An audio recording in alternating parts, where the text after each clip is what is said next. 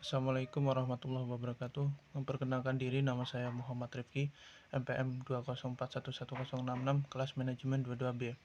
Baik, di sini saya mempresentasikan tentang financial ratio analysis. Ratio analysis. The analysis conducts by comparing one figure or item in the financial statement with another item in the financial statement to derive meaning or significance. Type of ratio analysis.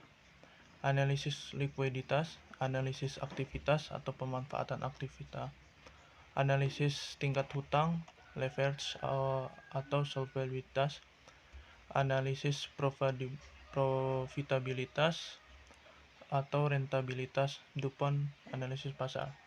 Penggolongan rasio.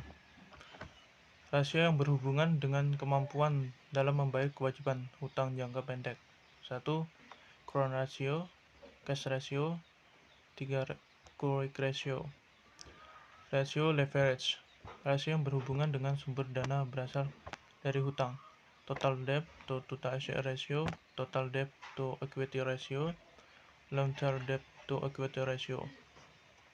Rasio aktivitas, rasio yang berhubungan dengan tingkat efisiensi pemanfaatan atau aktivitas perusahaan. 1. Total asset turnover, receivable turnover, leverage collection periods. Rasio profitabilitas merupakan rasio yang berhubungan dengan kemampuan perusahaan menghasilkan keuntungan. Gross profit margin, net profit margin. Rasio likuiditas. Rasio likuiditas berfokus pada hubungan antara aktivitas lancar dengan hutang lancar. Dua aktivitas yang sangat mempengaruhi likuiditas dan profitabilitas adalah piutang dan persediaan. Current ratio. Saya menunjukkan tingkat keamanan bagi kreditor jangka pendek. Semakin tinggi CR semakin bagus bagi kreditor jangka pendek. Namun, CR yang tinggi belum menjamin segera dibayarkan hutang jangka pendek jika jatuh tempo. Hutang jangka pendek jika proporsi aktivitas lancarnya tidak menguntungkan, misalnya terlalu banyak persediaan. Rasio aktivitas. Rasio aktivitas melihat seberapa efektif dan efisien perusahaan memanfaatkan aktivitas yang dimilikinya. Rasio ini berfokus pada perputaran aktivitas yang digunakan untuk menghasilkan pendapatan. Semakin cepat perputaran, maka akan semakin tinggi penjualan. Rasio solvabilitas atau leverage. Rasio ini mengukur kemampuan perusahaan untuk membayar utangnya baik mau pokok maupun bunganya.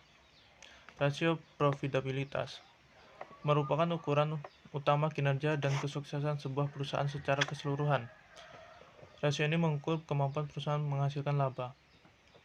Rasio pasar. Rasio pasar menghubungkan harga pasar saham dengan indikator keuangan perusahaan yang ada dalam laporan keuangan.